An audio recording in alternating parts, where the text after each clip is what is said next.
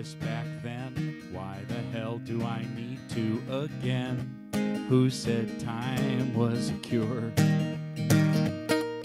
For a minute I'm the man that I wanna be, then up comes some adult non-emergency, and my costume comes apart. And I've lost count of the steps and the slips and bad habits I was sure would lose their grip, but still clinging to my heart. And I'm wondering why I learn and I forget, yeah, I learn and I forget, oh, I learn like I'm just getting started. Why do I learn and I forget, yeah, I learn and I forget, oh, I learn that life ain't for the faint-hearted. Do do do do do do do do do do do do do do.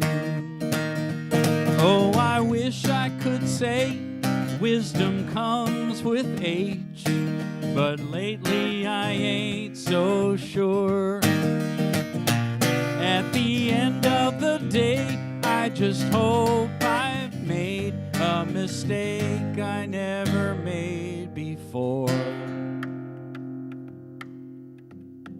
Tell me why I learn and I forget, yeah, I learn and I forget, oh, I learn like I'm just getting started.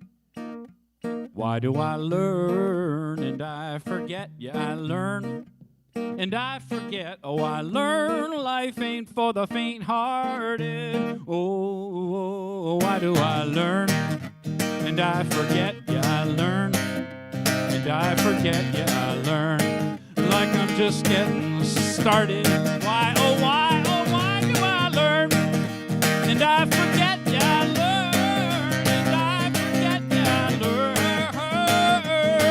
that life ain't for the faint-hearted. Do do do do do do do do do do do do do do do. I learn and I forget. Do do do do do do do do do do. Life ain't for the faint-hearted.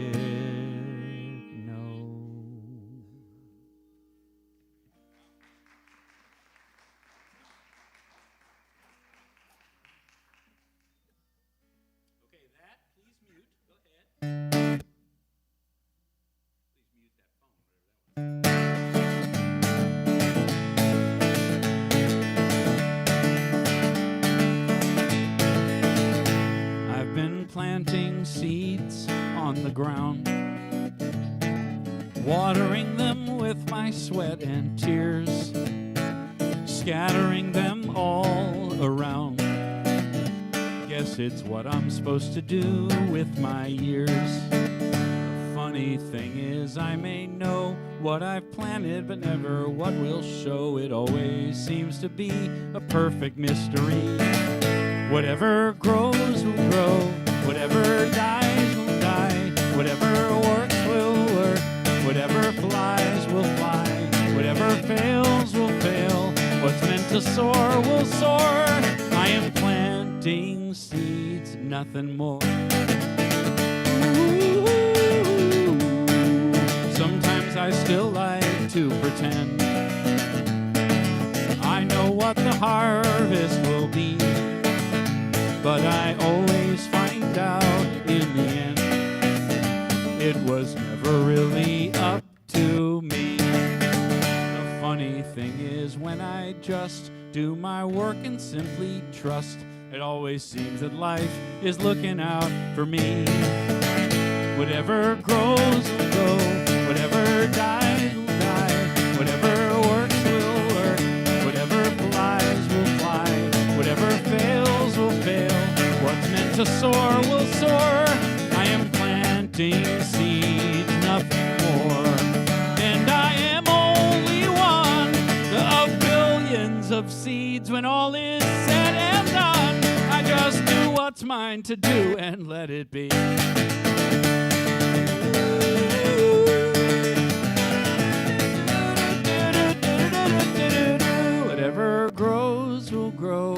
Whatever dies will die. Whatever works will work. Whatever flies will fly. Whatever fails will fail. What's meant to soar will soar. I am planting seeds. Whatever grows will grow. Whatever dies will die. Whatever works will work. Whatever flies will fly. Whatever fails will fail. And what's meant to soar will soar. I am planting seeds, nothing more.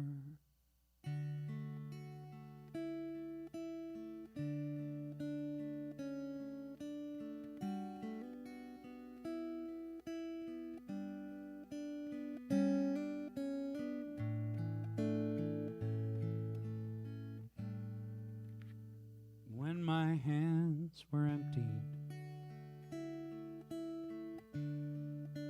when my hope was gone, I couldn't help but wonder, what had I done wrong? But even though my heart was broken, there was no need to despair, 'cause a vessel must be open. Just as high as I'm meant to, I'm gonna land when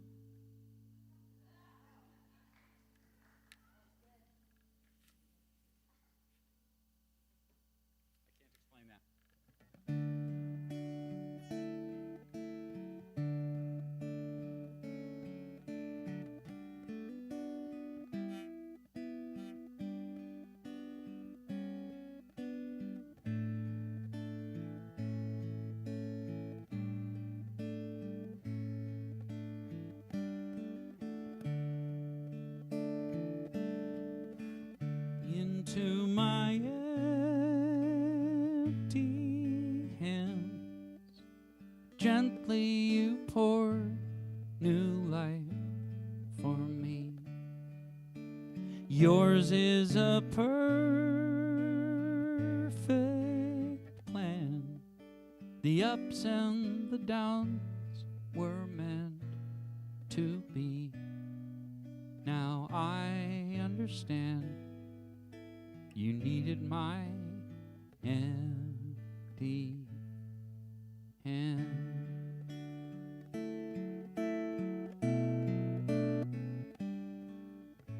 So forgive me when I doubt it. I admit sometimes I do. Or consider giving up when it's time to come down.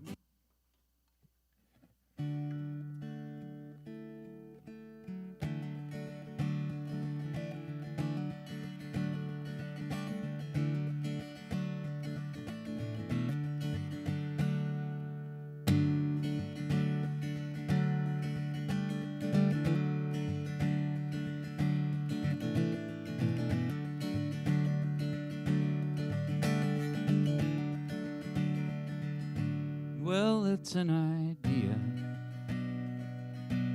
whose time has come. A new generation decides as one. Of the same small planet we are born. It's never been so obvious before. We breathe the same air, drink the same water, walk the same earth, kiss the same sky, breathe the same air, and I think we ought to get along better, you and I.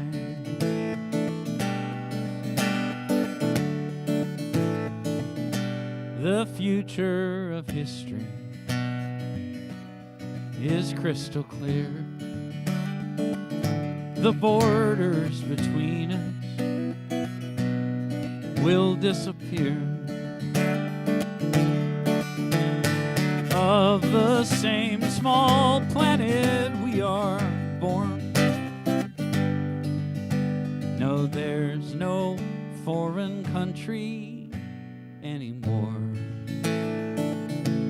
We breathe the same air, drink the same water, walk the same earth, kiss the same sky, breathe the same air, and I think we ought to get along better, you and I.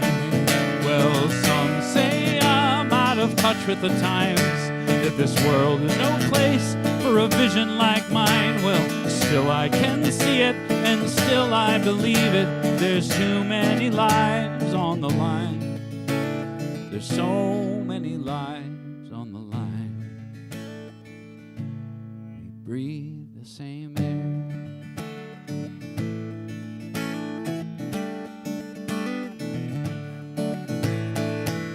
Oh, and I think we ought to get along better, you and I. We breathe the same air and drink the same water, walk the same earth and kiss the same sky. We breathe the same air, and I think we ought to get along better. Oh, you and I. Breathe the same air. We breathe the same air. Oh,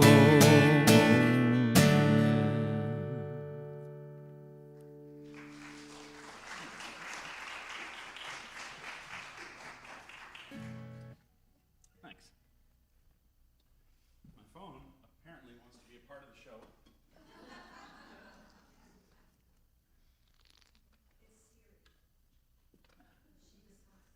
I've been interrupted by kids, screaming grown-ups, crying, coughing, farting, but I've never been interrupted by my phone twice in one song. There you go. There's never been farting during a song that I'm aware of, but by the way, but I did enjoy saying the word. All right. Okay, so I thought I would do this song next. I had so many songs come to mind as I was thinking about like the life lessons that I talked about this morning. Another one of those lessons that I didn't see coming was maybe something you have already figured out, but I hadn't really concretely thought about this specific thing before. I was talking to a friend of mine who I thought I knew. I'd known her for 15 years or so. And if you asked me to describe this woman, I would say cool, friendly, generous, talented, confident, successful, just like a real winner. And then one day we had an hour that we didn't expect to have, and we started talking. And she told me where she came from. And I was literally thinking to myself, I thought I knew you, and I had no idea. She came from a terribly broken home, adopted, abusive home, had left home as a, God bless you, left home as a young teenager and had really never gone back. And I'm thinking, I thought this was just a cool, smart, successful, talented, generous person. But you are way, way more than that. Like way more impressive than even that. You've been through hell to be this. Like I wouldn't have known. And I started thinking, I wonder how many people that's true about.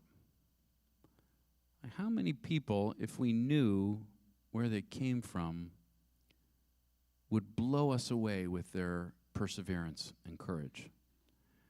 And I'm starting to have an inkling that it's approximately everybody. If you think about how much of your life you can't possibly remember, Jude hardly remembers. There was a really nice girl in our neighborhood who babysat. Jude's 11 now, and she babysat for him for like 2 solid years. like 5 and 6. And he barely remembers her, right?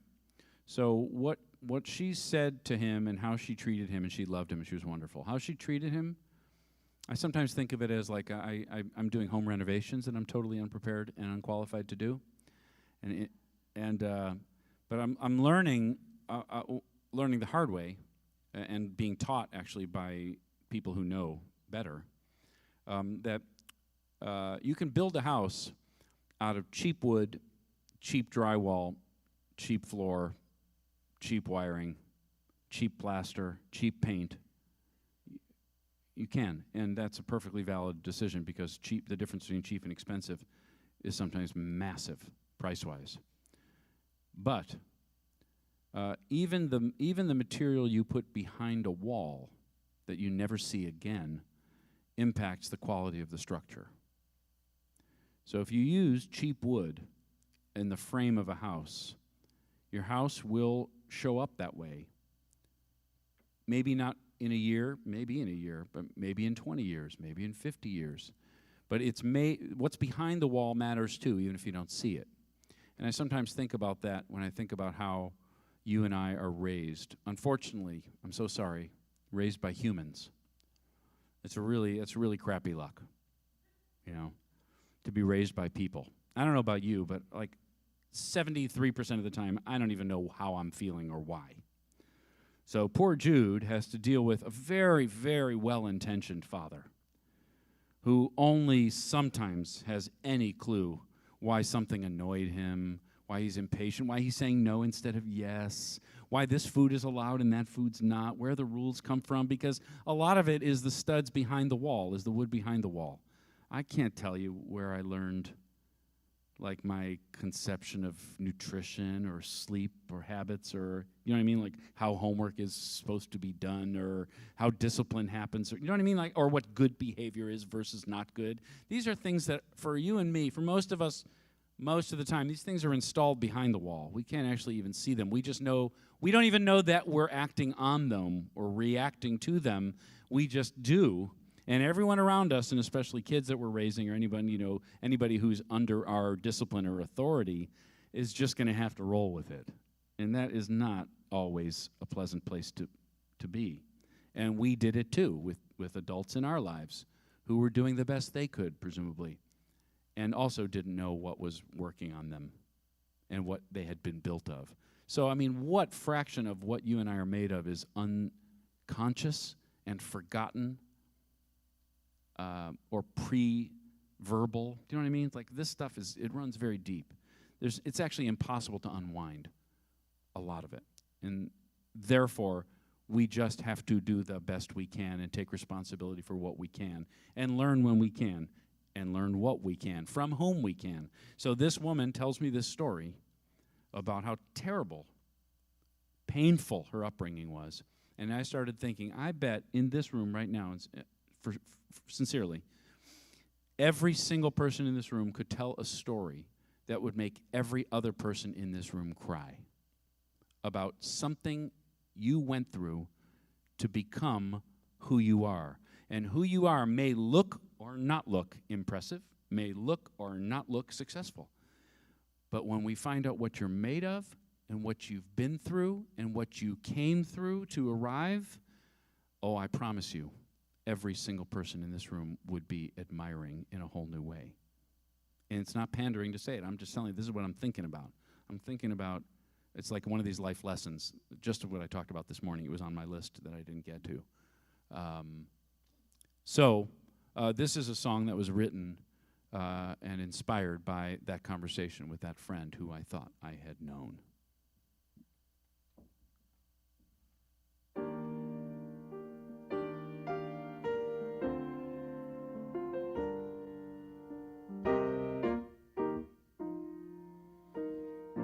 I've never understood how you turned out so good with all that you've had to endure. No one expected you to make the best of you, the deck stacked against you for sure. the more that I learn, the more I admire how you never got burned, being forged in the fire.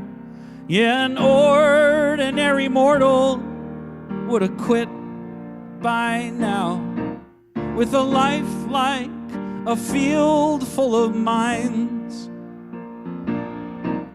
You're human, I know, made of muscle and bone, but you must have steel in your spine. You never talk about when you first figured out that you'd have to go it alone. It breaks my heart to picture you, a child hiding out of view, so young to fight on your own. But still here you stand, and still here you are, igniting the world with your luminous heart. Yeah, an ordinary mortal would have quit by now, with a life like a field full of mines. You're human, I know, only muscle and bone, but you must have steel in your spine, and that would explain how you never admit any pain. So let me just say that child has a lot to be proud of, but no longer needs to keep the world at bay. If you were mortal, you'd have quit by now. You've been counted out so many times. You're human like me. You can bruise, you can bleed, but you must have steel in your spine. Yeah, a mortal would have quit by now, but your light was determined to shine. There's so much more than they see, a superhero to me. You must have steel in your spine. You must have steel in your spine.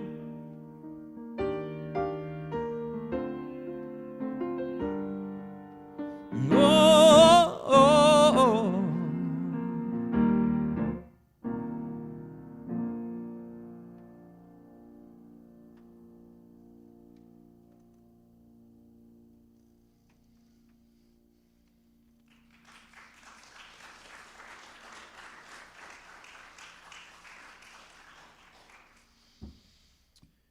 Another moment, I don't often get a chance to sit at a beautiful concert grand piano. Didn't inherit one. The trust fund still hasn't come through. Let's just say my wife didn't marry me for my money. But there was I did have a nice little moment that I thought I'd play a little instrumental piano for you. That's not my phone, right? It has happened, by the way. I've been on stage and thought, who the hell, the phone keeps ringing, and it was my phone. I was so embarrassed. Anyway, so I had this moment, I said this morning I am absolutely a hypocrite, and I completely forgive myself for that. I really do, almost all the time. My wife does not always forgive me for that, but I forgive myself for that because that's just kind of life, you know. We don't always do what we know is right. We don't always act how we know is mature. I mean, nobody. But anyway, one of the ways that I do wish I was sharper, more consistent, was in noticing moments. Like, did you ever take a picture with somebody and then you discover the picture a few years later and realize it was the last time you saw that person? You know? Or you just think, oh my God, I loved her. She was so wonderful. And at the time, it was just lunch at the Cheesecake Factory or whatever. And then years later, it's a moment that is gone. And I've always thought the photography business is sort of in the illusion of life preservation business. You know, in other words, you can take a picture of it somehow, which sends us a signal somehow that we can capture it. And it's not captured, of course, it's gone. And I miss so many moments of that type. Again, I mean, I can forgive myself, but I also only kind of do. You know, I'm a dad and I'm a husband, and I'm 53. Well, you only get to be 53 once. And at 58, 53 starts looking really young. Right? Because right now, 45 starts looking really young. So when I was 45, was I paying attention to how rare an opportunity it is? Once in a lifetime to be 45. Once in a lifetime for our boy to be a baby, right? That's over now. And he's getting sassy, that little shit. You know, I told a couple of you guys out before that we were having some kind of disagreement. And he said, "Daddy, give me a break. I'm a moody preteen." So it's one thing to say, bring it on. It's one thing to say, oh, great, a new age, this is fun, this is exciting, but it's also simply a fact. He'll never be 8 again. You know, he'll never be a newborn again. My wife and I will never, it's like we get one shot at most of these things. You get one shot. So I had Jude with me in Chicago visiting my parents in the condo that they moved to after all 3 boys had moved out. Suspiciously, there's not a single extra bedroom in their condo. Must have been an oversight. Anyway, so we, by the way, that's actually true and sort of funny. Sort of not. But they do have 3 boys and 3 daughter-in-laws and, 6, 7 grandkids, and we need a different place to stay, trust me. So, anyway, I'm in this condo with my parents, actually with just my dad at the moment, and my dad is sitting in the Archie Bunker chair that he always sat in when we were kids. If you don't know who Archie Bunker is, my dad was nothing like Archie Bunker, but he did have his own chair that you really didn't want to sit in while my dad was anywhere near the living room. It was his chair. And across from him on the couch, that same couch from our childhood home, reupholstered, same couch, was my boy. At the time, he was like 7. And so my dad's sitting in his chair, Jude's sitting on the couch, and between them is the glass table that was in our house growing up. And I'm across the room at the upright piano that was in my home growing up. The piano that I learned on. The piano that I,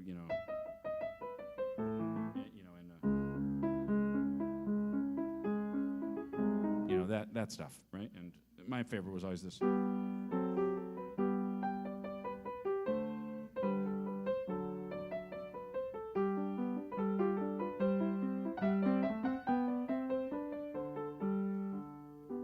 Like that little piece. I don't know what it is. Somebody here knows, but I don't. Anyway, just muscle memory. So I'm sitting at this piano and just noodling. I'm a professional musician at that point for 20 years, a songwriter. Lived away from Chicago at that point for 20 years.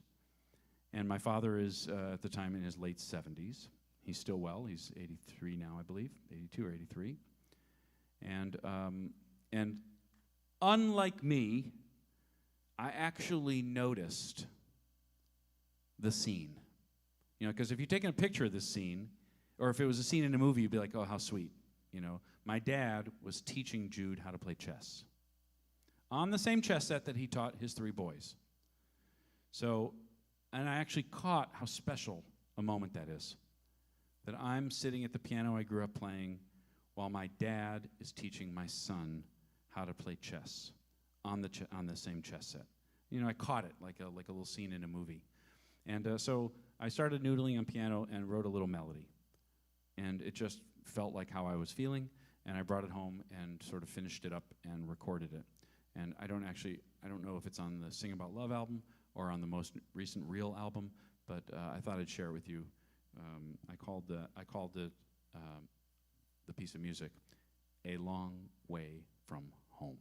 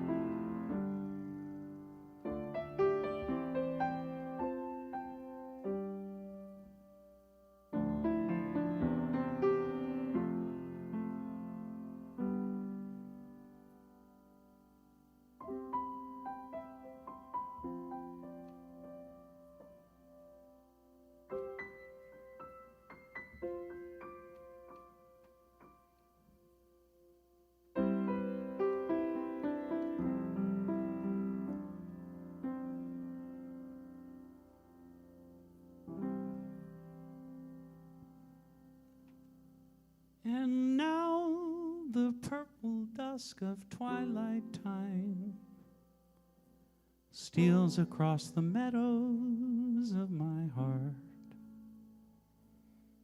High up in the sky, the little stars climb, always reminding me that we're apart. You wander down the lane and far away, leaving me a song that will not die. Love is now the stardust of yesterday, the music of the years gone by. Sometimes I wonder why I spend the lonely night dreaming of a song melody haunts my reverie, and I am once again with you. When our love was new, and each kiss an inspiration. But that was long ago, and now my consolation is in the stardust of a song beside a garden wall. When stars are bright, you are in my arms. The nightingale tells his fairy tale of paradise where roses grew. Though I dream in vain, in my heart it will remain my stardust melody, the memory of love's refrain.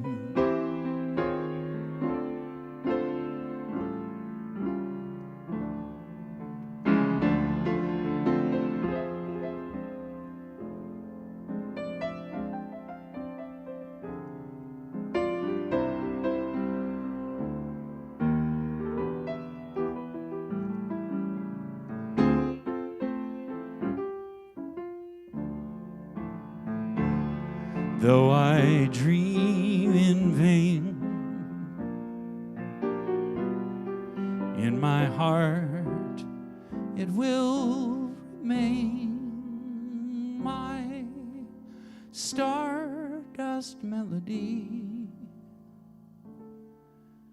the memory of love's refrain.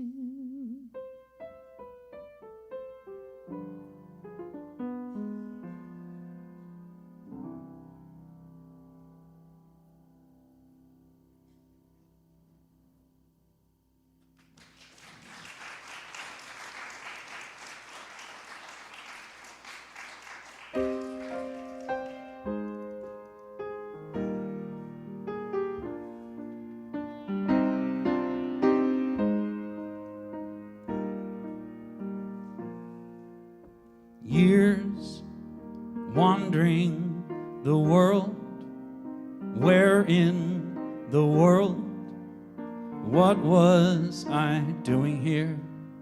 All of these years, searching in vain, cursing the rain, chasing the runaway train of my mind.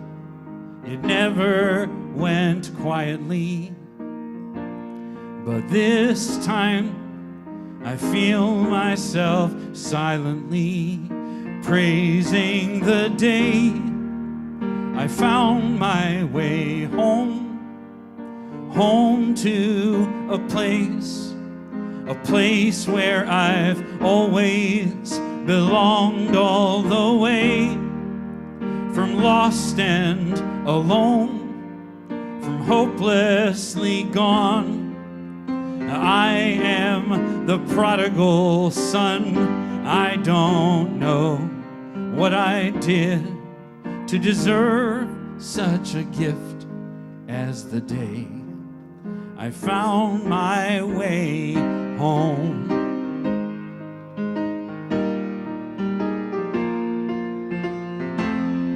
How can I repay?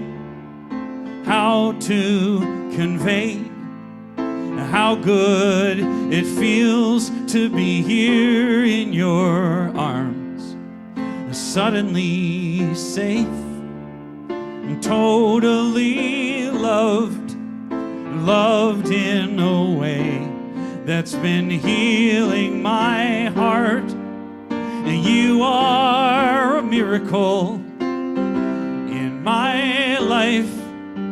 I've never been so grateful as the day I found my way home, home to a place where I've always belonged, all the way from lost and alone, from hopelessly gone.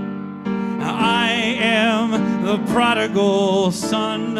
I don't know what I did to deserve such a gift as the day I found my way home.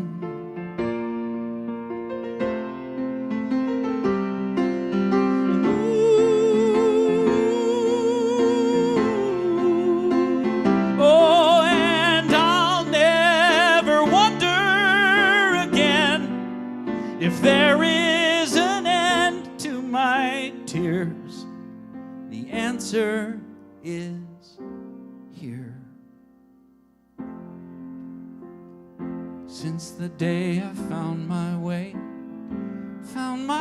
home, where I've always belonged, all the way from lost and alone, from hopelessly gone. I am the prodigal son. I don't know what I did to deserve such a gift as the day I found my way home, as the day I found my way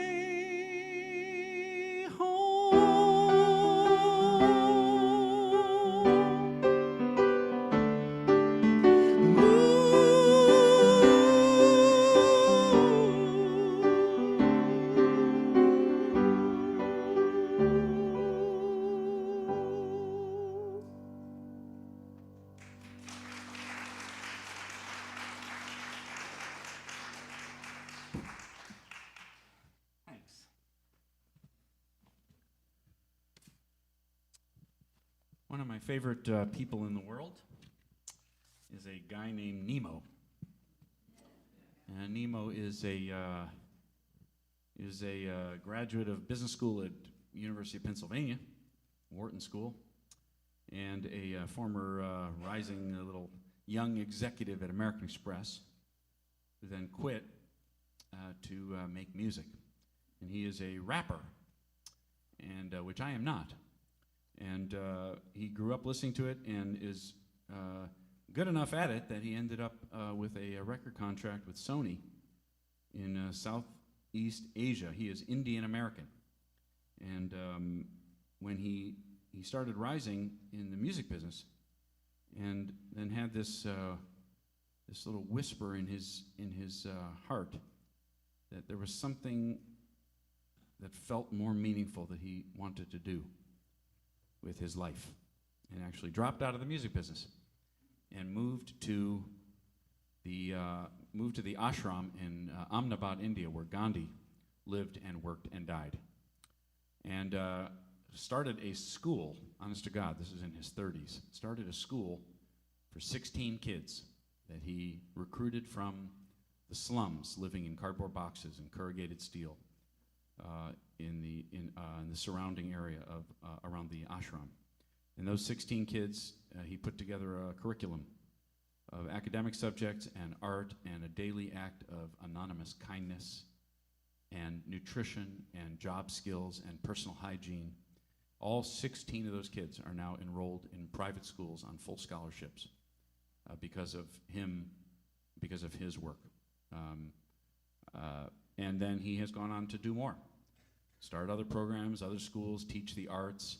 He also travels the world and performs and sings and speaks at refugee camps and United Nations events, and he's just an unbelievable guy. And it's also worth pointing out, he's as nice as you would hope he would be, given what he does and how he does it. He's actually that nice in person. And how do I know Nemo, you might be wondering? And that is because when he went to Ahmedabad, dropped out of the music business, got on a plane to India, to volunteer at the ashram. He's still just a volunteer, full-time. A friend of his dropped him off at the airport and handed him a CD. And he said, I don't want a CD. I'm not listening to music. I'm off music. And the friend said, I think you'll like this one. And Nemo took it with him and pressed play when he was in India. And the way he describes it, he listened to nothing else for the next 3 years except that one album. And when he had those 16 kids ready to complete his program, I'm not making any of this up, it's that unbelievable. He rounded up chaperones, funding, and visas for those 16 kids to travel the United States and perform at performing arts centers and high schools around the United States and tell their stories. They walked the streets and committed acts of kindness on the streets. These kids who had nothing to their names. When he was giving interviews to promote these shows with these kids, which of course the tickets were all free, he said that there was this obscure album from this unknown artist that he had listened to nonstop for 3 years, and that it had totally inspired him and kept him encouraged and clear about the work he was doing.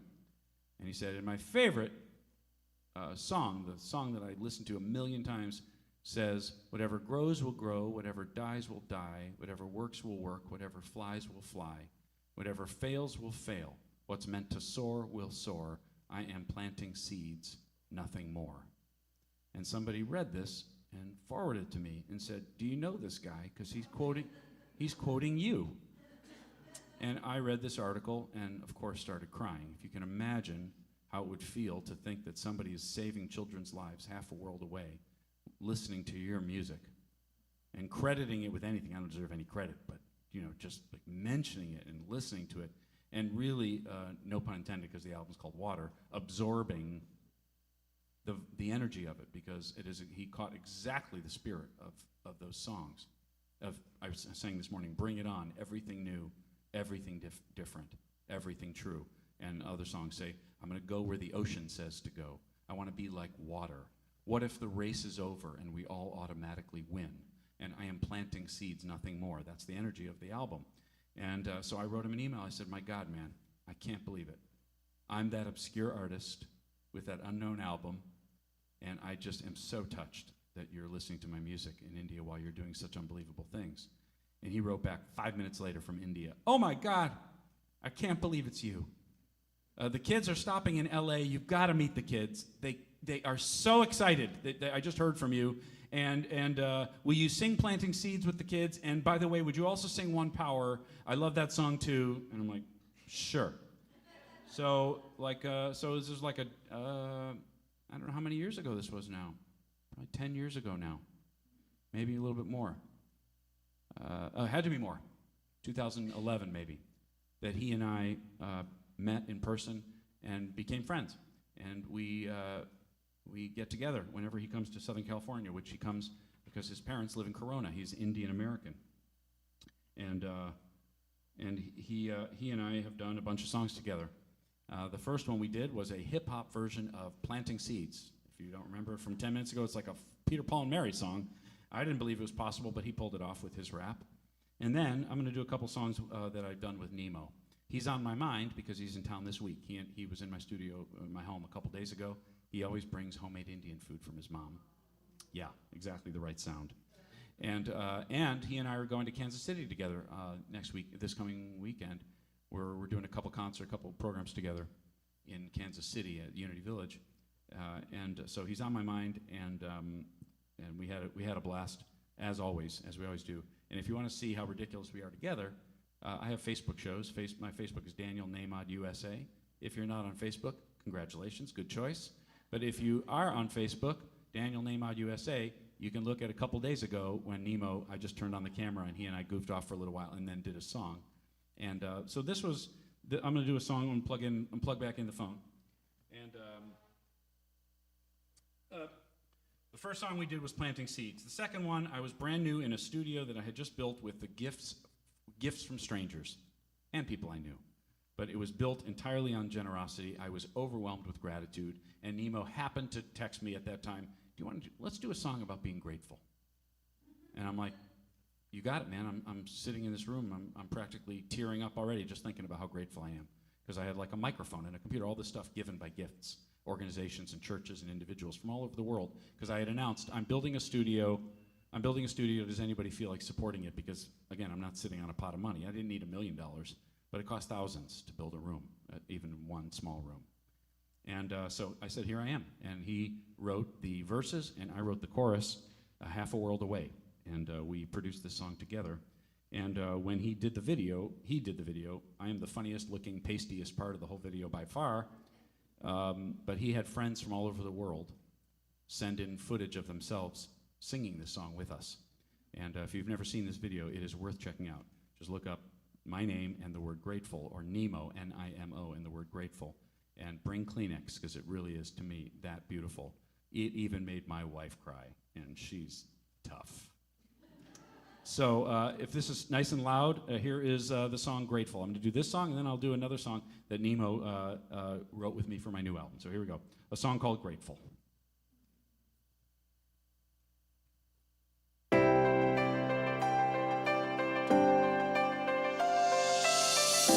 I could do it a lot more on the monitor. Not my voice, the track only.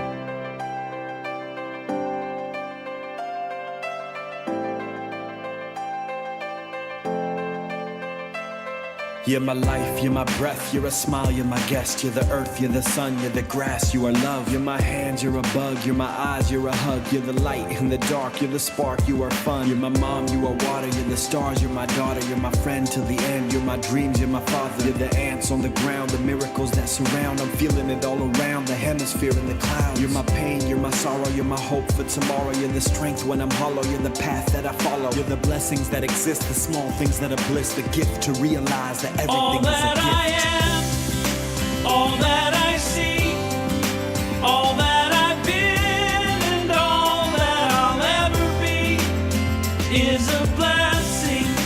It's so amazing, and I'm grateful for it all, for it all.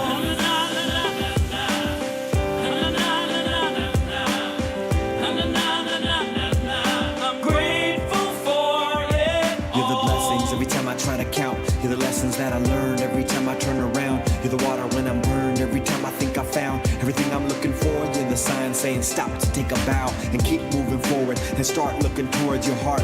It'll open all the doors, and only then you'll start to hear the world singing chorus with your mind and heart aligned in purpose. Everything All will feel that I gorgeous. am, all that I see, all that I've been, and all that I'll ever be is a blessing. It's so amazing, and I'm grateful for it all, for it all. Every day I sit and pray, 'cause what I have is more than I deserve or could ever imagine. How do I get back to all of this magic and spread the love so everybody can have it? Doesn't matter if I'm rich or poor, if I got a family or if I'm all alone. Bad things happen, I can just complain and moan, but there's a million things that I can be grateful for. So I lift up my hands now, and I open my heart, and my gratitude goes out to everything near and far. All that I am, all that I see, Everything I hope, and all everything that I I've dream, everything I been, feel, and and all everything I that be. I'll I ever look deep be down and feel all the is a blessings. Everything I am and It's everything so I see, everything I amazing, hope and everything I and dream, I'm everything I grateful feel for and everything I be. I'm all. grateful for it all. All It's that I amazing. am, Everything I am and all everything that I I see, see, everything I hope and all everything that I I've dream, everything I been, feel and and all everything that I I'll be. I ever look be deep down and feel all the is a blessings. blessing. Everything I am and It's everything so I see, everything amazing, I hope and everything I and dream, I'm everything I grateful feel for and everything I it be. I'm all, grateful for it all. It's for it amazing. all.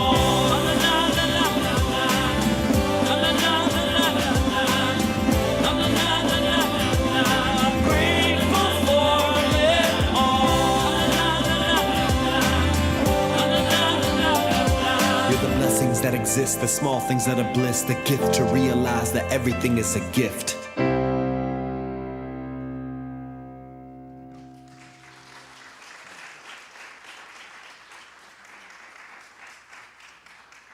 And I was working on, he was in town, it must have been a year or two ago now, a couple years ago, that it took me forever to make this new album. This album took so long to make that my boy was completely sick of it before it came out. Because he had heard, Melina's making jewelry in her studio. Thank you for coming, ladies. Thank you. I appreciate it. Drive safe home. Wonderful to see you. Thank you for being here. I have like 3 more songs to do. If that's, I understand if you got to go, but if you're good to stay, here we go. Anyway, so yeah, he has to listen to every song as it's being written and produced because he's stuck in the car with me when I take him to school. So he literally would say, "Daddy," this is an actual quote, "Daddy, did you add piano to that song?" "Yes." "Daddy, you started this song when I was in 1st grade. It's done, Daddy. It's finished. Don't add any more instruments." Anyway, so I'm working on this. This is a little song some of you may remember. Maybe you choose to forget how awful and acrimonious not just COVID was, but the election. That presidential election was so unpleasant. Hostile, scared, angry, acrimonious. And I wrote this no matter what political side you're on. It was awful. And I wrote this sort of a little song, kind of reminiscent and philosophically reminiscent of my water songs. It's where I tend to land, is in the not forcing, allowing, finding a peaceful center when I can. Again, hypocrite, but I try. So this little song was playing. I was working on it when Nemo came over, and he's like, "That's cool. I like that song." I said, "You want to write a rap for it?" And he said, "Sure." So he went in the other room, came back in with his contribution to it, and it became a Danny and Nemo song on the new album. And here it is, called "Middle Ground."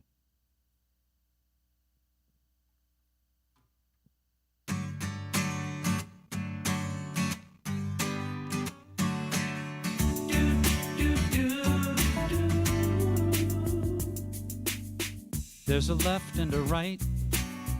Nobody ever seems to unmake up their mind and find the in-between. It's an endless fight. Nobody can agree. Well, maybe it's time that you and I should meet in the middle ground. Turn this up. Gonna find it. Yeah, the middle ground. More of a track. Gonna find it. In the middle ground, where I wanna be, but nobody sees what I wanna see. So I gotta leave what I'm trying to dream, cause everybody says Nemo got no practicality. So I'm backing down the beat, little humble in my plea. We don't see eye to eye, but that don't mean that you are mean. What I'm really trying to say is what I really mean. No matter what our difference is, that I believe we'll meet in the middle ground. Gonna find it.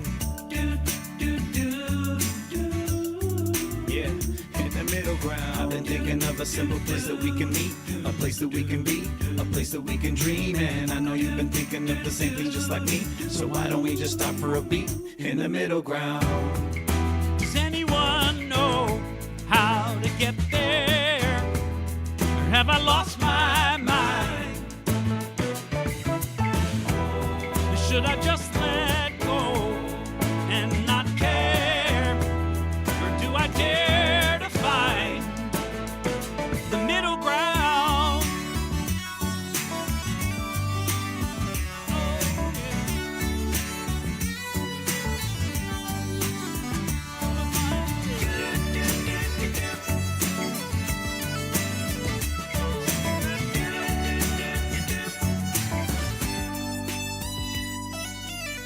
There's a left and a right.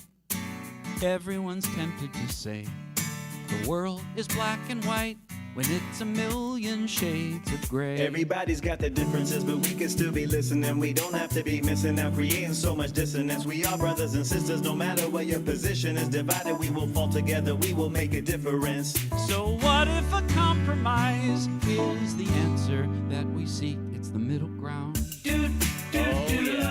United we stand, divided we fall down. Together we can make a difference in the middle ground. United we stand, divided we fall down. Together we can make a difference in the middle ground. I've been thinking of a simple place that we can meet, a place that we can be, a place that we can dream. And I know you've been thinking of the same thing just like me. So why don't we just stop for a beat in the middle ground? I've been thinking of a simple place that we can meet, a place that we can be, a place that we can dream. And I know you've been thinking of the same thing just like me. So why don't we just stop for a beat in the middle ground?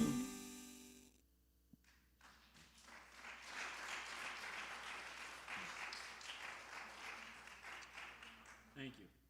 So,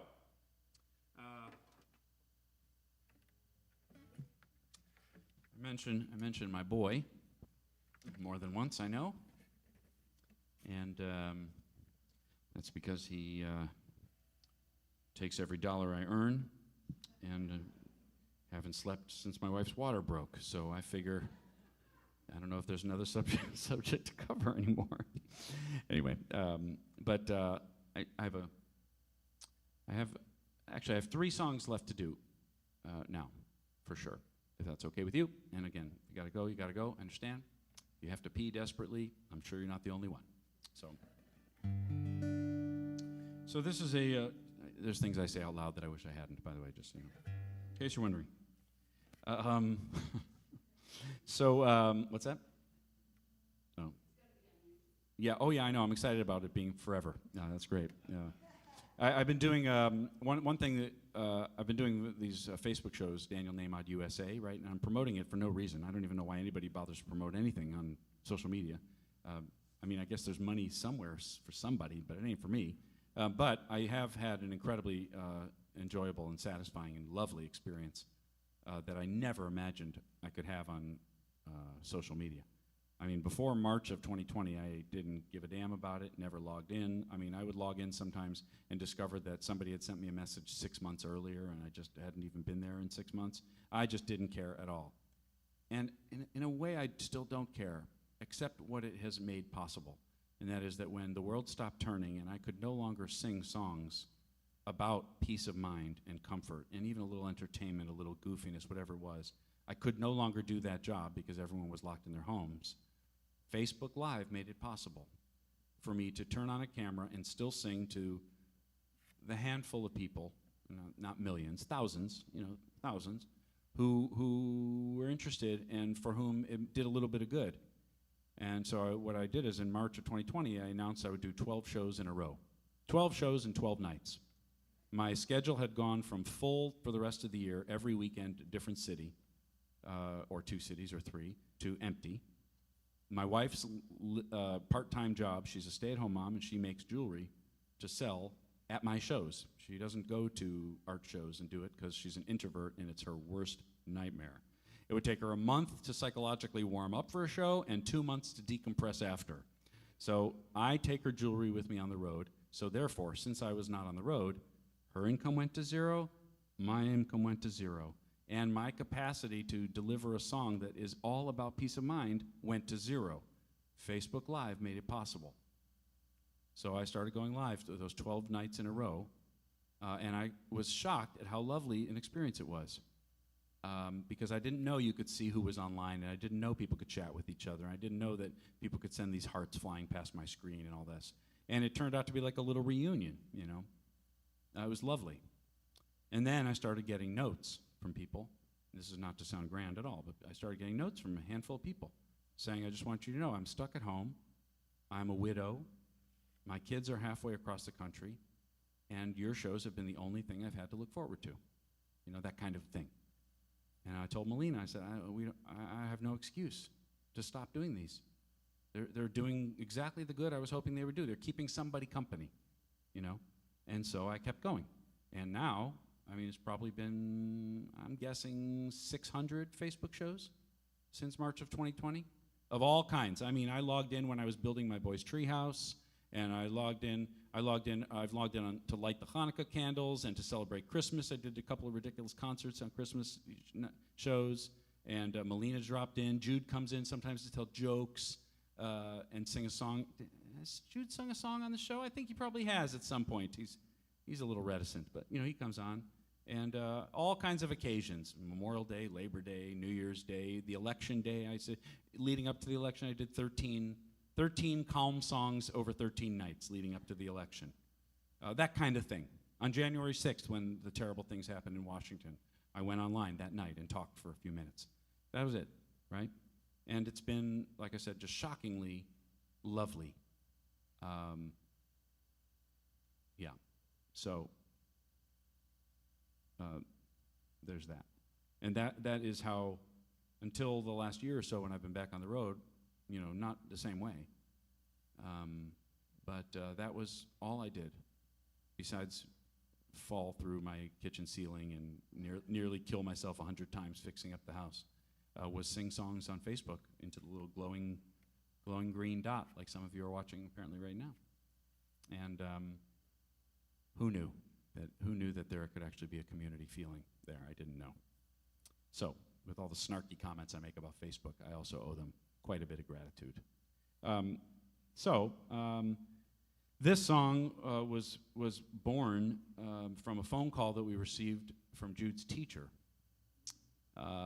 He had just started school, and there was a little boy in his class who was really struggling. He had just arrived in the United States from Vietnam. Parents and this little boy, we'll call him Evan, and Evan's little baby sister, who was very close to the most adorable living thing I've ever laid eyes on, little baby in a stroller. So Evan seemed like a very nice kid, except that every day Jude was coming home with stories about how Evan was getting in trouble. The kid didn't speak any English at all. No one in the family did. They had just arrived. And every day he threw an elbow, or he of course couldn't understand instructions, didn't know where he was, who he was sitting next to, didn't have any clue. How could he? So Jude would tell, the teacher was as nice as could be, and the kids were giving this little boy as much latitude as they could. But almost every day, seriously, for like weeks, Jude was like, Evan got in trouble again today, And then one day, his teacher called and said, I wanted you to know what your son did today. And I put it on speakerphone, and Melina's sitting next to me, and she says, I read a book every day to the class, 28 kids. They sit on the rug. And today I finished reading the book, and Jude raised his hand and said, I think Evan did such a good job listening that he should get an extra point today. And I started crying, and Melina looks at me and is like, Jesus, you're going to start crying, aren't you? And it made me think of a lot of things. But just like I talked about this morning, it was another life lesson moment where I realized again, reinforced again, and I told Jude that day when he came home from school, there are a lot of things people can say about you, and there are a lot of things people will say about you. But if what people say about you is that you're kind, as far as I'm concerned, it's the literal best thing in the world to be. The other thing I told him was about his great-grandmother. Some of you may have heard me talk about this over the years. My Bubby, my dad's mom, died at 98. She was the youngest of 13 kids from Poland, all emigrated at the turn of the 20th century with their parents. Parents and 13 kids, none of whom had sorry to coin a phrase, pot to piss in. My Bubby used to say that they were so poor that their dad was a shoemaker, but they couldn't afford shoes. And she worked her butt off for over 25 years at Sears Roebuck in Chicago. Took a bus to the Sears Tower, rain, snow, or sleet, or hail, all year, every year, for almost 30 years. And I went to her retirement party when little Betty, and she was little, she was as wide as she was tall, maybe 4.5 feet wide and 4.5, I'm exaggerating, but not by much.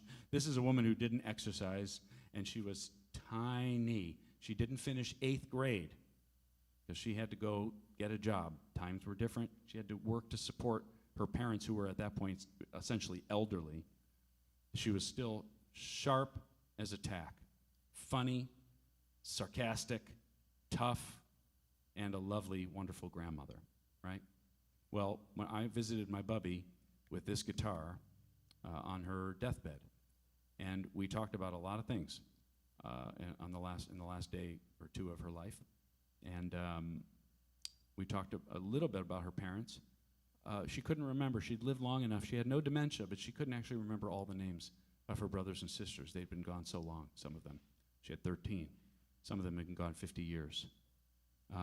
She also talked about her son, Sheldon, who graduated with not the slightest whiff of privilege in a very tough neighborhood. He was 5'3", Jewish, geeky kid with nothing but his brain to get him into University of Chicago on a full scholarship because he didn't have a penny, and then into Harvard Law School on a full scholarship because he didn't have a penny. And he worked his way into becoming a law professor, my dad. For 45 years, he's represented yours and my civil rights as a civil rights attorney and a law professor. Argued in front of the Supreme Court, taught federal judges about our First Amendment rights. She also reminisced about her other son, Jack, my uncle, who I never met, died in his 20s in uniform in the Navy. That she had his flag up, folded flag on the wall, visited him every year at his grave, and never, ever talked about him. Neither really does my dad, still to this day, talk about his brother. Not very much.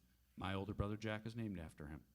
The other thing we talked about on her deathbed was one of her crowning achievements of her life was that she had started kindergarten not speaking a word of English, and in second grade won the spelling bee. And I told Jude when he came home from school that day, I said, Jude, you spoke up for Evan today. He didn't know what you said, but he knew how it felt. He knew that everyone in that room, all the kids and the teacher, all looked at him and smiled, and it might have been the first time he's had that experience since coming to the United States. Somebody spoke up for your great-grandmother, my bubby, Betty. Somebody saw a little glint in her eye and intervened to teach her spelling. It was not her parents and it was not her siblings. They didn't speak English. Somebody went out of their way to be kind to Betty, and 90 years later, it was still one of the proudest achievements of her life that she had learned to spell. Somebody made a difference for her. You made a difference for Evan today. You may never know what difference you made, but I promise you, it made a difference. He may be the funniest kid in class, the smartest kid in class. He may be a genius piano player or a genius comedian. He may turn out to be your best friend. He may turn out to be a brilliant author or a doctor who cures cancer. You don't know. All you know is you did what you could today with one sentence, and I was just so proud of him that day. And it was, again, one of these little life lessons. I don't know about you, I am a cynical dude about a lot of things, thick-skinned and jaded.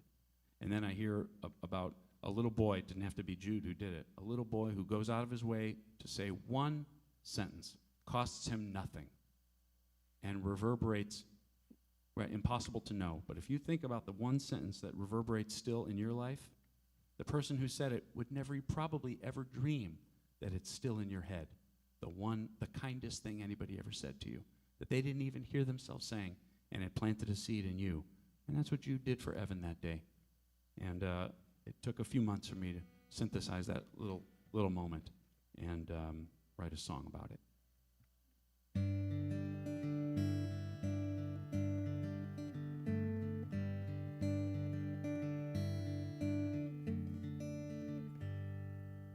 Lately I've been thinking about what motivates me to give a couple dollars to a stranger on the street, to hold the door, carry groceries, help a neighbor in need.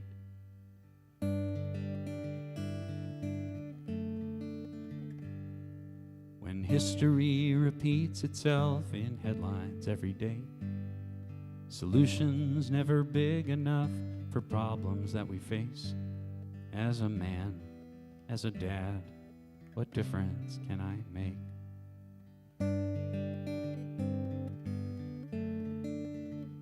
'Cause I know better than to think I'll be remembered for a favor or a quarter or a smile Oh, but maybe before I return to sender, I can do one thing worthwhile.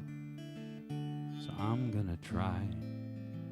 I'm gonna try to raise a kind child.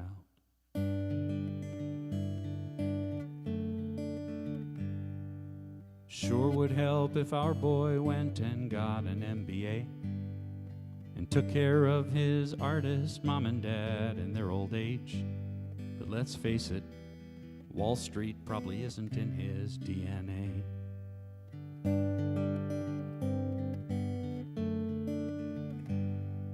But when his first grade teacher said she wanted us to know, it's Jude who always comforts any kid who sits alone.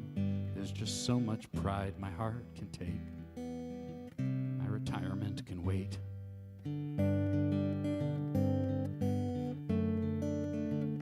'Cause I know better than to think I'll be remembered for a fortune or a pension or a prize.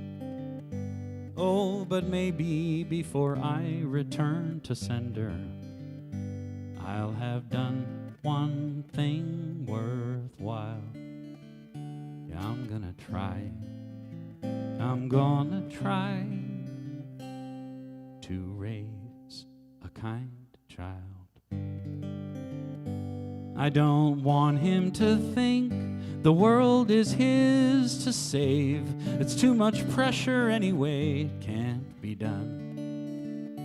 I don't want him to think he has to be a saint, 'cause the truth is saints don't have any fun.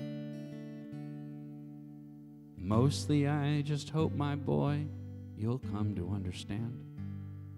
No 401k or GPA can make a happy man. It's having roots, doing good, helping out where you can. So put down roots, do some good, take somebody's hand.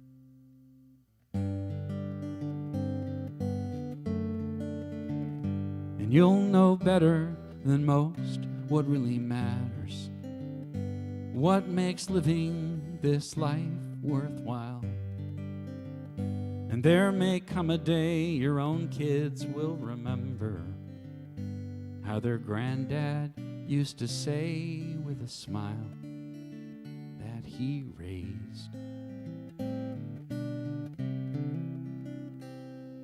We raised a kind child.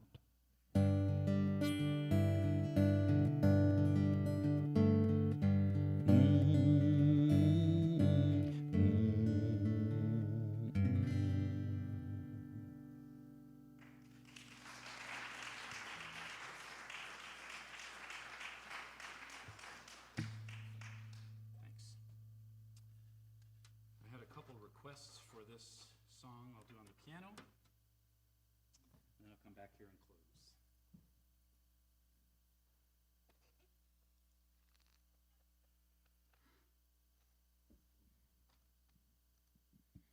This is a song from Water.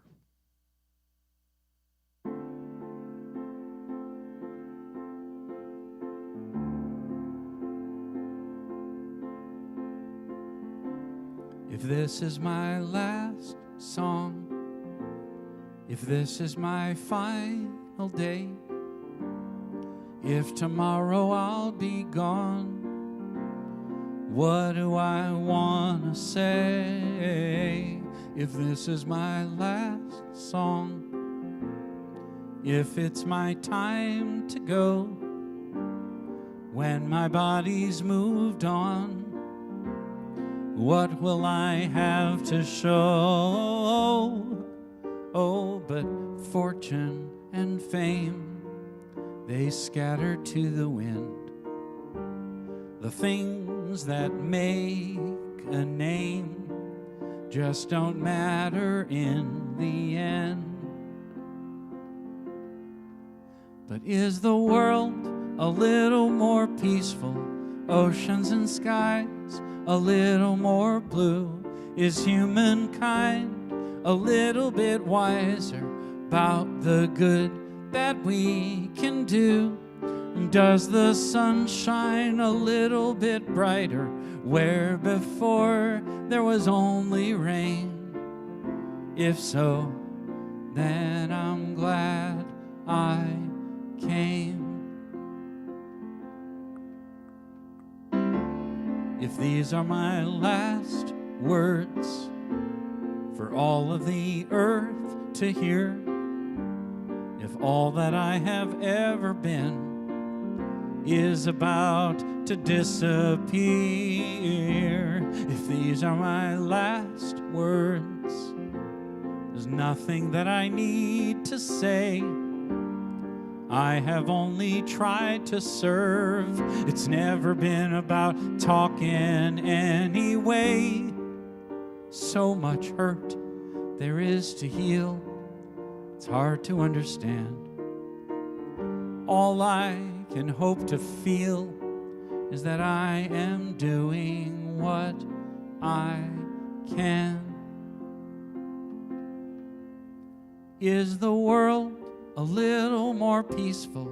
Oceans and skies a little more blue?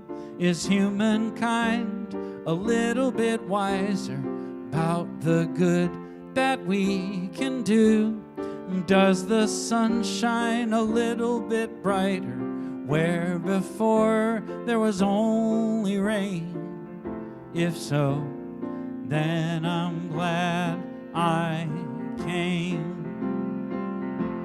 Have I given hope to the hopeless? Has a hungry soul been fed? Has a child stood a little bit taller 'cause of something that I said? Have I left a little kindness? Have I eased a little pain? If so, then I'm glad I came. For that, I'm so glad I came.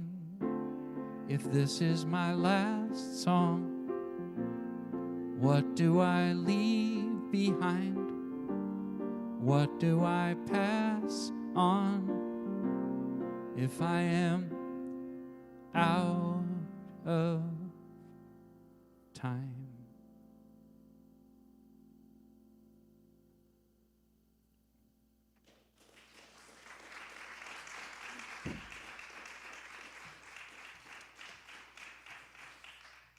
All right, one more song. Thank you for coming. Thank you for staying. Nice job on the sound back there. I appreciate your help today. Thank you. I already told you this morning, those of you who are here, a little bit about there it is, about why the table looks like a craft show.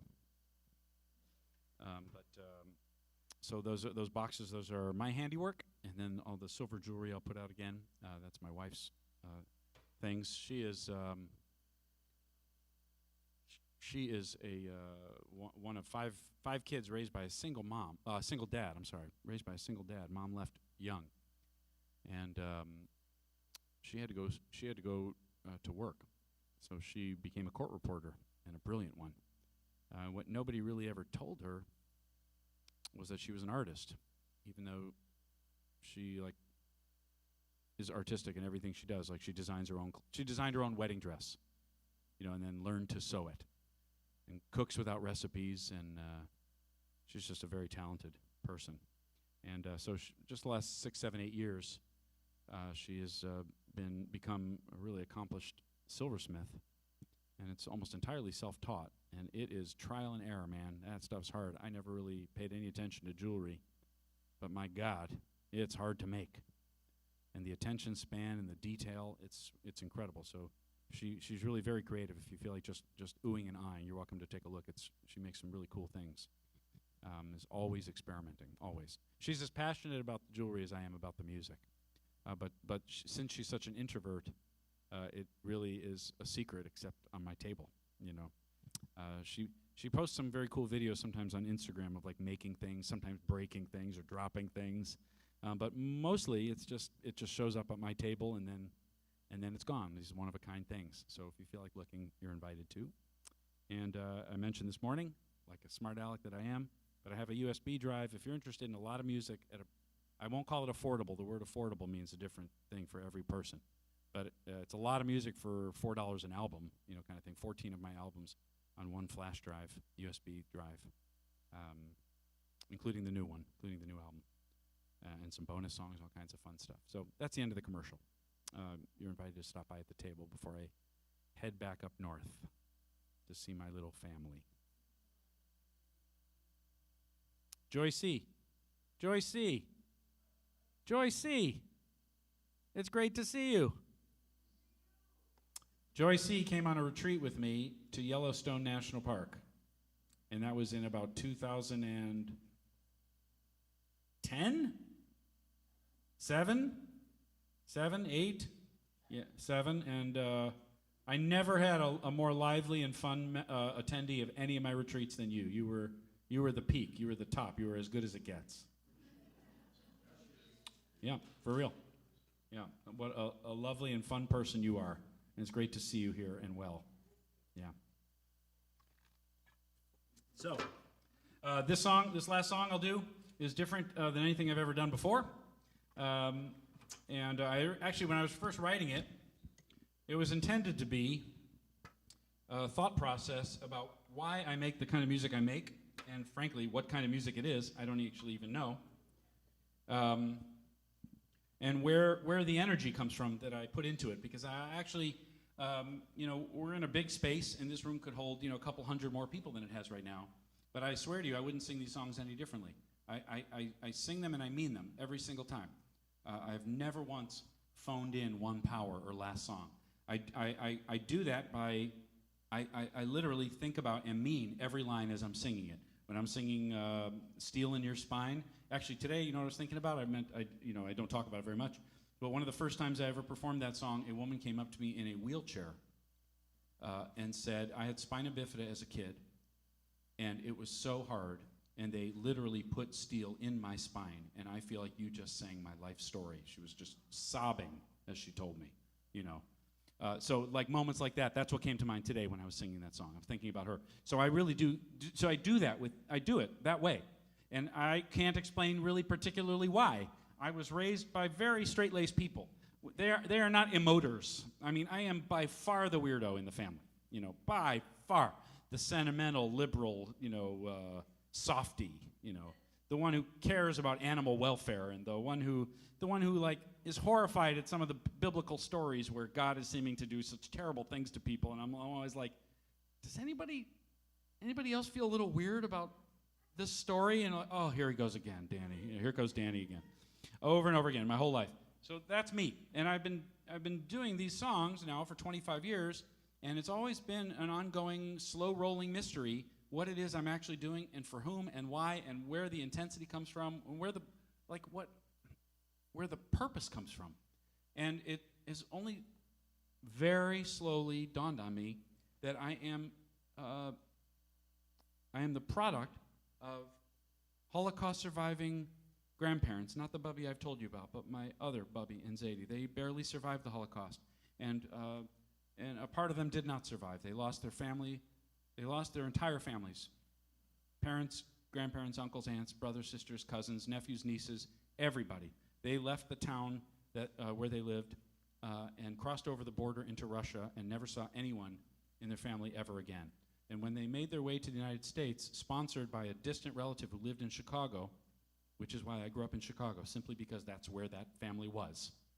Otherwise, I would have grown up in Spokane or wherever, When they were sponsored to come to Chicago, they built a life there, and they had their third child there. Their first child, my mom, was born in Uzbekistan on the back of a donkey, literally they were refugees, penniless and stateless and paperless. They had nothing, and they were wandering through Europe, and they went to the only safe place they could think of in the entire world, which was American-occupied West Berlin. Because America, to hear my mom say, America was a land paved with gold. America was free and safe. And they went to West Berlin. And that's where my uncle was born, in a displaced person camp in Berlin. And when they arrived in America, their 3 kids, my Bubby and Zadie's 3 kids, made lives for themselves. 1 in San Francisco, 2 in Chicago still. And they raised their kids now, which is me and my brothers and my cousins. And we are all bearing the scars and the memories of the grief unspoken and the loss that my grandparents certainly never healed from, and who could ever. The shock and the grief and the shame, the guilt of surviving that they actually felt. So all these years later, Danny plays piano and plays guitar and sings. Right? So I moved to LA to make a living making music, and I tried to swim in the music business in West Hollywood. And instead, in Beverly Hills and West Hollywood, where I lived for 7 years, and how did I manage to completely avoid the music business? I mean, completely dodged it like a bullet. And instead kept doing music that to me is intended to, nothing about this is meant to sound noble, like 0% noble. It's just, I just always felt like a song ought to make the world a little bit of a better place. I just always felt that way. I've been to therapy. I don't need my songs to be my therapy, and I certainly don't need my audience to be my therapists, if that makes sense. That's just how I arrived at it too late. You know, if I'm 22, I have no problem complaining in front of an audience, you know, whining and I love those songs, but I just have never felt comfortable making that kind of music. Not regularly, not all the time. There's something else that I'm trying to do with the music, and this song clarified in a way I'd never gotten clear before what it is simply that I'm trying to do and why I'm trying to do it, and the intensity with which I do it. It is not for me that I'm doing it. It is for those ancestors. I talked about Babaji this morning. It is for my Bubby and my Zadie. It is for family I never met. It is for whoever gave me my eye color, and whoever gave me my singing voice, and whoever gave me my instinct for how to play piano with touch. How about whoever gave me my ADD? Somebody gave me that too. I don't know who these people are, but I am their legacy. You are the legacy of the people who came before you, remembered and unremembered, named and unnamed, photographed and forgotten. That's it. We are their legacy, and we are acting on their behalf, whether we are consciously doing it or not. So as a songwriter, I had an opportunity to not only acknowledge it and pay tribute to them and honor to them, but also, in the process, found myself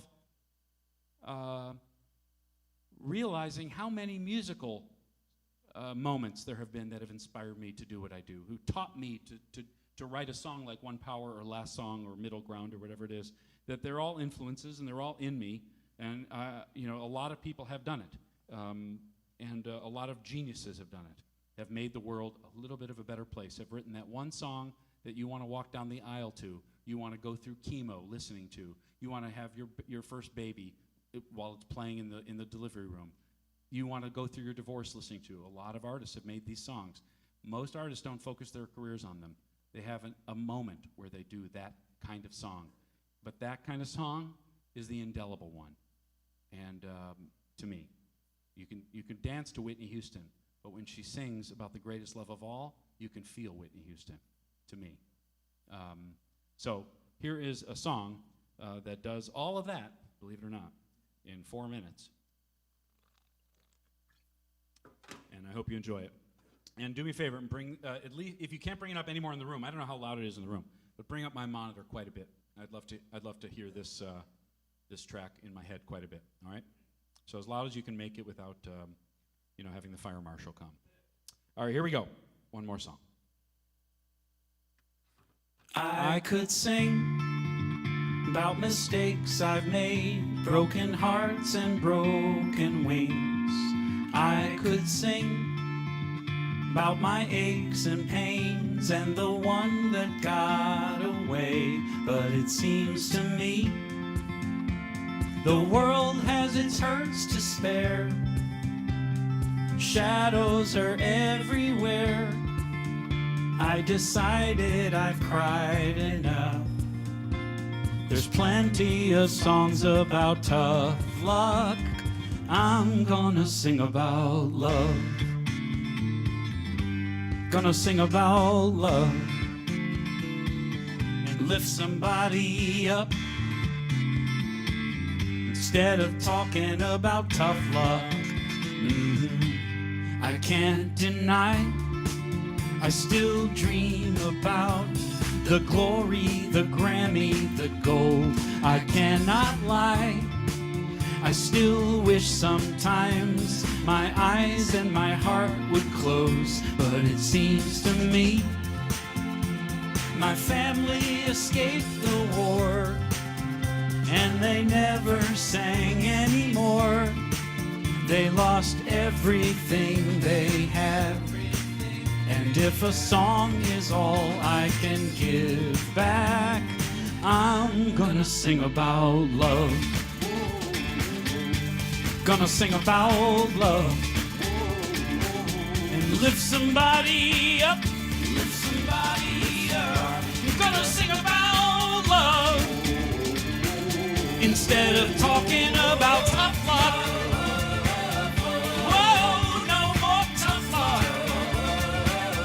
Tell you what I'm gonna do. Gonna take my cue from a few folks I look up to. I'm gonna sing about love. Stevie Wonder sings in the key of life. Bobby McFerrin says be happy, it'll be alright. Marvin Gaye showed the way to what's going on. It's a wonderful world thanks to Louis Armstrong. Soul Asylum saved those runaway kids. John Lennon just imagined and the whole world did. John Denver took a skyward, Tina Turner to the sea. Stevie Winwood to a higher left, John Legend and Common to freedom. Pete Seeger's gonna overcome. Bob Marley just smiled at the rising sun. Eminem will lose himself before the moment's gone. Miss Jackson knows the knowledge is what we want. Gloria Gaynor maintained that we're gonna survive. Tim McGraw wants us to live like we are dying. Aretha got R-E-S-P-E-C-T. Bette Midler from a distance, the whole world we see. Tom Petty, Free Falls, Leanne Hopes, we dance. Josh Groban raises us up. If we're hurting, R.E.M. understands. Irving P. lets the USA. Van Morrison ushered in a brand new day. Whitney sang about the greatest love of all. Johnny Nash can see clearly now the rain won't fall. Pink knows we're beautiful, Christina does too. Rihanna sees us shining like a diamond. We keep walking like the Foo Fighters fight the power public enemy's head. Miley is a climber, Andy Grammer keeps his head up. Bill Withers, we can lean on him. Natasha's unwritten, Taylor Swift shakes it off again. Lady Gaga was born this way. Jason Mraz truly got to be our friend today. The Black Eyed Peas wonder where is the love as Ray gotta be. Journey never stopped believing in us. Simon over troubled water made a bridge. Elton John lit a candle for Diana, he did. It's the same love Macklemore was moved to pray. Izzy made a rainbow with an ukulele. James Brown loud and proud from his heart he laid it out the way it is. Queen made us into champions. You too, and Dr. King in the power of one. Sam Cooke made your love change is gonna come. Peter Gabriel ain't giving up on us just yet. We are the world, save lives. So saw they couldn't get. Irene Cara, what a feeling alive. Pharrell made us happy. Katy Perry lit a firework in the sky. Carole King, we've got a friend. Switchfoot dares us all to move again. Paul McCartney's words of wisdom were to let it be. And the weight of the world was taken off by Aloe Black and Avicii. So what do I do? I'll tell you what I'm gonna do. I'm gonna sing about love. Sing about love. To lift somebody up. Instead of talking about tough love, I'm gonna sing about love.